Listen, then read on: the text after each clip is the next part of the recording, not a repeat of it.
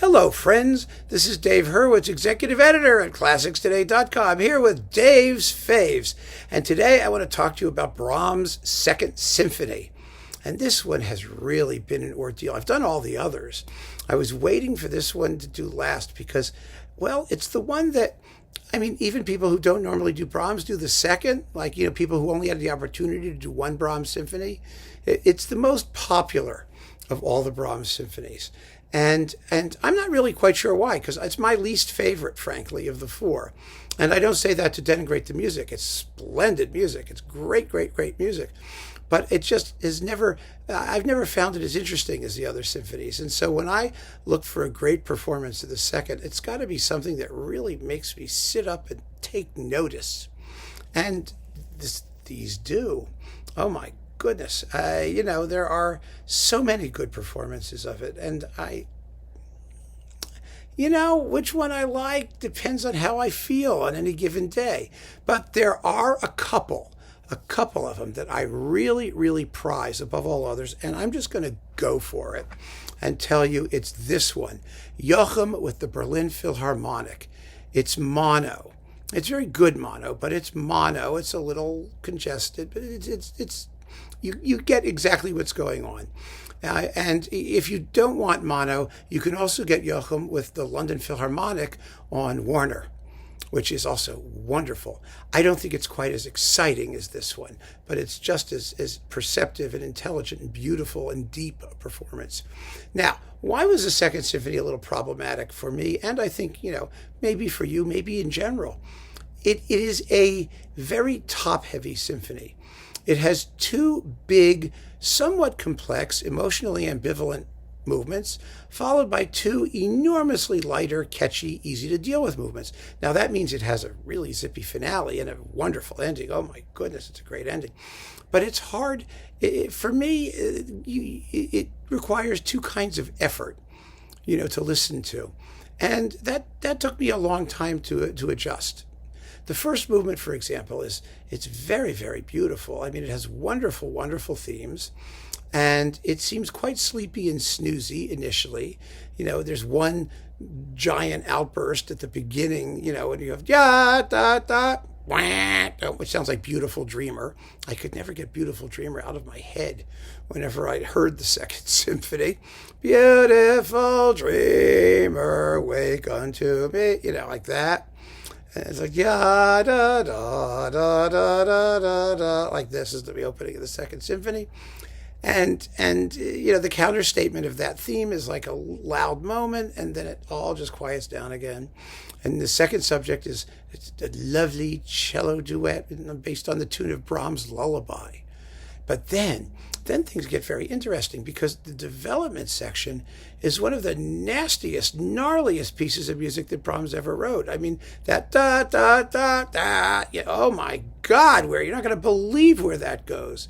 And Brahms treats the trombones like weapons, and it's all very surprising. Actually, this is a good thing. I'm not saying this is bad, but it requires, I think, a certain concentration to hear what the music is doing and why. And then, of course, it has a long pastoral coda, and it fades away, and it's lovely. And you should never take the exposition repeat, as far as I'm concerned. Some performances make it work. But, a repeat can either be something that's perfunctory, or it can be something that's necessary. And Brahms himself said that the repeats in some of these symphonies were only because the music was not well known. But once it was well known, they really weren't necessary anymore. Well, this is one that I really don't think is necessary because it's a long movement. And to hear that whole thing twice, it seems to me really, really hinders the music's ongoing purpose, its constant and continuous development and sort of organic evolution. And so I prefer performances that do not take the repeat in the first movement. Now, the second movement is where Elgar came from. That and Dvorak's Hussite Overture. If Elgar was sort of loud and colorful, it was Dvorak, and if it was, sort of melodic and melancholy, it was Brahms. And this movement particularly, it's harmonically very, very ambiguous.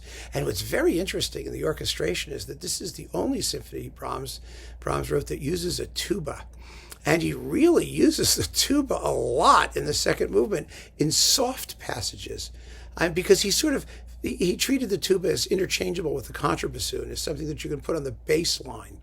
But it really gives the music an extra weight and solemnity in these quiet passages where the tuba is chugging along on the bass line. Listen to it and see if you notice it.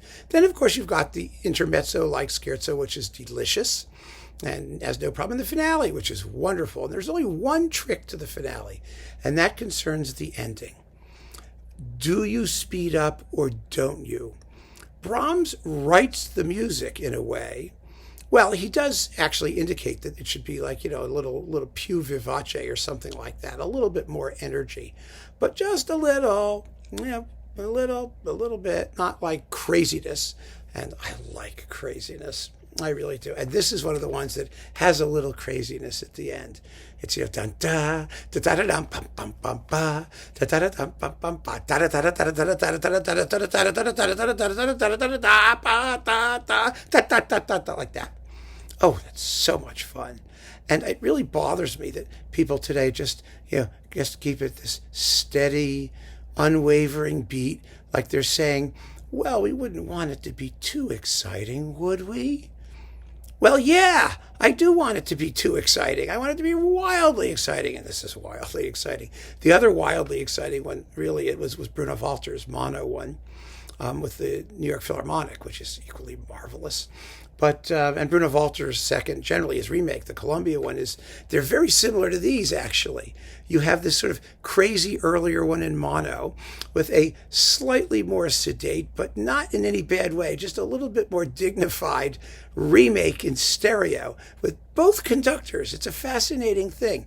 And I was really tempted to talk about Walter as well, except that I picked him for the Third Symphony. And I think his Brahms Symphony is probably, it's one of the 2 or 3 greatest overall, along with Jochum's. So here you go. An amazing Brahms second with Jochum and the Berlin Philharmonic. You get all 4 symphonies on 2 discs, and they are amazing performances. They're 79 minutes per disc. Really just a fabulous deal and amazing performances. Like no others. And we don't hear Brahms played that way right now today. People are either period instrument boring, or they are not period instrument boring. And this was neither. This was just Brahms thrilling. So keep on listening, friends. Thanks for joining me. Take care.